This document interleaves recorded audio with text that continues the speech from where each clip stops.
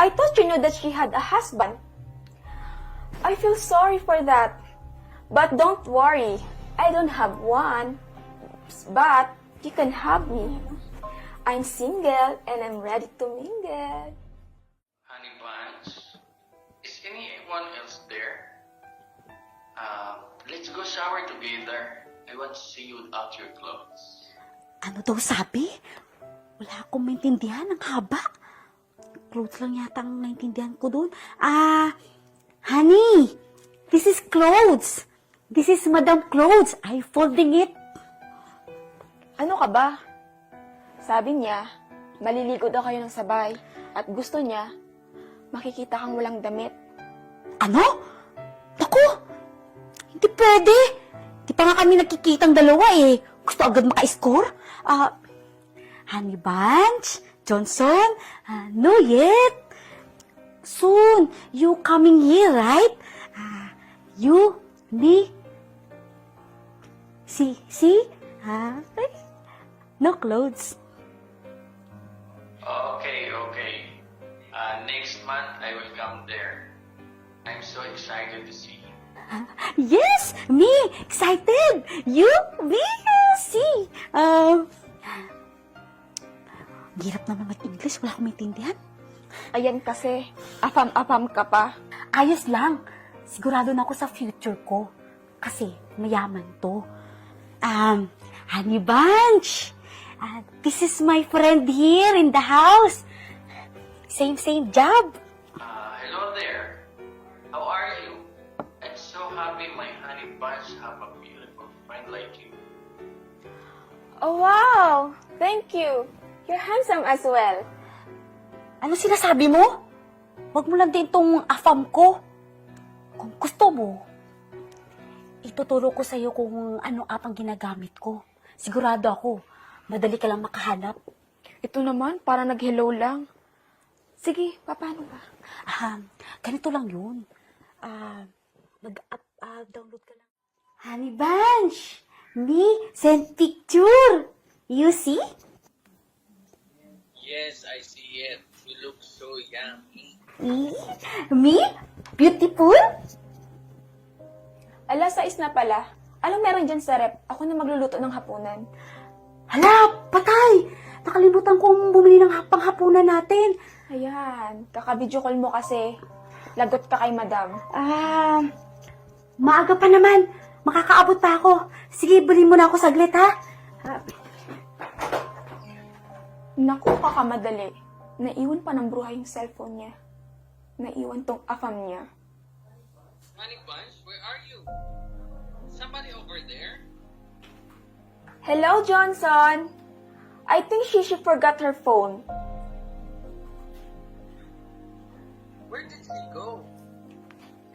She will meet her husband. What? Does he have a husband? Oh, I'm sorry. She didn't tell you. I thought you knew that she had a husband. I feel sorry for that. But don't worry.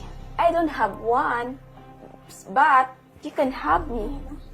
I'm single and I'm ready to mingle.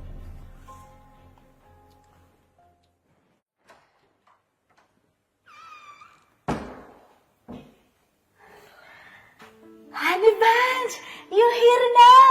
You said next month you go here. Me so happy to see you. Don't touch me. Why? You angry? You not happy? You're a liar. You didn't tell me that you have a husband. What? Me? Husband? No husband. You know, your friend Sophia, she told me everything, and she's better than you. What? Me? No understand. Oo, sinabi ko sa kanya na may asawa ka. Hello, honey pie. I'm ready to go with you. Ha? Honey pie? Bakit? Ano sinabi mo sa kanya? Bakit ka nagsinungaling? Natiwala ako sa'yo. Pagod na ako maglampaso ng sahig. At saka, gagawin ko ang lahat para makaahon ako sa kahirapan. Ang tanga mo kasi, girl. Simpleng English lang, hindi ka pa makaintindi. Afam pa talaga ang gusto mo. Ang Ang taas naman ang pangarap mo. Hoy, pang Pinoy ka lang. Kasi Tagalog lang ang alam mo. Pagsisihan mo tong ginawa mo sa akin. Karma ng bahala sa'yo. Sige, aantayin kong karma na yan. Pero habang wala pa, mag-shower muna ako sa pera. Let's go, honey pie. Let's go.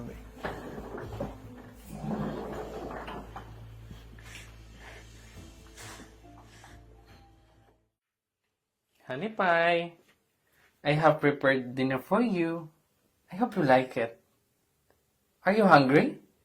Please let me go. I don't want here anymore. Please spare my life. Why are you crying? You're not happy? I thought you liked me. Tulong! Tulong! Tulong! You think I'm stupid? You're a gold digger. You like me, right? You like me!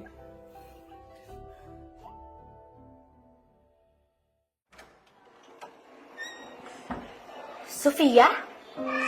Nandiyan ba sila, ma'am at sir? Gusto ko sana sila makausap para makabalik ako dito sa trabaho.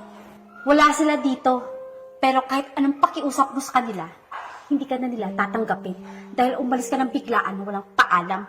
Sishi, humihingi ako ng tawad sa'yo. Sana mapatawad mo ko. Kahit hindi na ako makabalik dito, iayos lang. Ang bilis ng karma, no? Maliligo pala sa pera, ah. Naligo pala sa pasa. Tingnan mo nga yung mukha mo. Pero, hindi ako nagkagalit sa'yo. Dapat nga matuwa pa ako eh. Kasi, hindi ako nasa kalagayan mo ngayon.